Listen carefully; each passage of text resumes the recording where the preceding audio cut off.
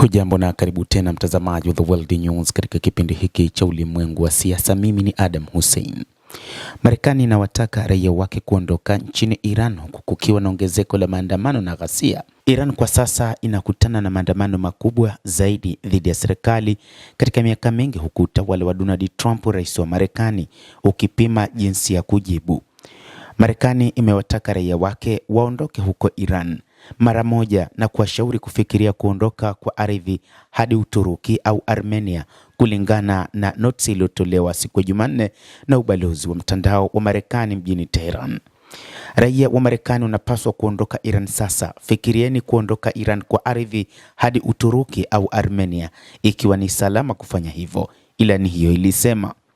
Iran hivi sasa inashuhudia maandamano yake makubwa zaidi ya serikali katika miaka mingi, huku utawala wa rais wa Marekani Donald Trump ukipanga kulikabili taifa hilo la Mashariki ya Kati.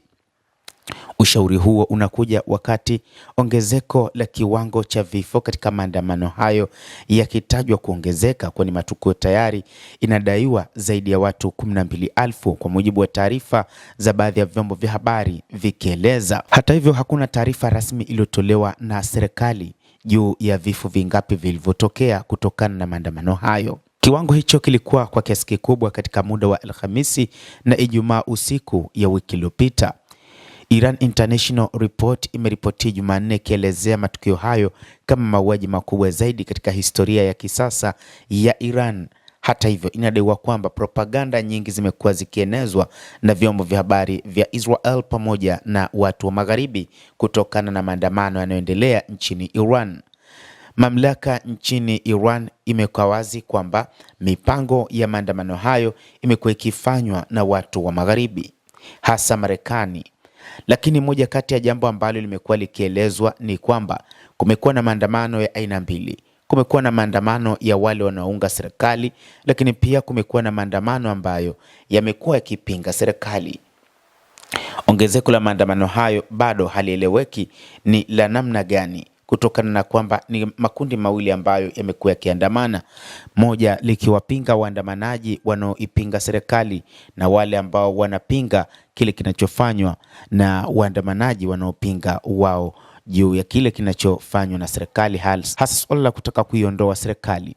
Mkuu wa haki za binadamu wa Umoja wa Mataifa Volker Turk amesema siku ya Jumanne kwamba ametishwa na kuongezeka kwa ghasia na vikosi vya usalama vya Iran dhidi ya waandamanaji wa amani. Mzunguko huu wa ghasia za kutisha hauwezi kuendelea. Watu wa Iran na madai yao ya haki, usawa na haki lazima asikilizwe. Turk, kamishna mkuu wa Umoja wa Mataifa wa haki za binadamu, alisema katika taarifa iliyosomwa na msemaji wa ofisi ya haki za binadamu katika Umoja wa Mataifa Jeremy Lawrence. Alipoulizwa kuzungumzia ukubwa wa mauaji hayo, Lawrence amenukuu vyanzo vya Umoja wa Mataifa nchini Iran akisema idadi tunayosikia ni mamia. IRGC imeendelea kuzuia miji, imeweka vituo vya ukaguzi magharibi mwa Iran, vyanzo vinaeleza kupitia vyombo vya habari.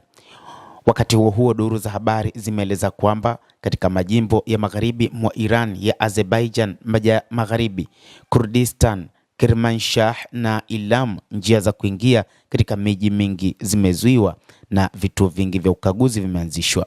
Kwa mujibu wa vyanzo vya habari, vikosi vya usalama vya jeshi la walinzi wa mapinduzi ya Kiislamu vinasimamisha magari, kuyapekua na wakati mwingine kuwalazimisha raia kufungua simu zao za rununu.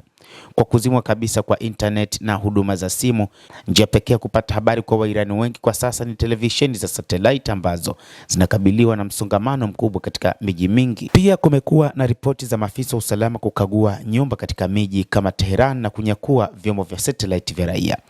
Endelea kutufuatilia mtazamaji, tutaendelea kukufahamisha mengi yanayojiri katika ulimwengu kupitia hapa The World News. Naitwa Adam Hussein. Endelea kuwa nasi wakati wote, endelea kutufuatilia uweze kuyajua mengi yanayojiri katika ulimwengu.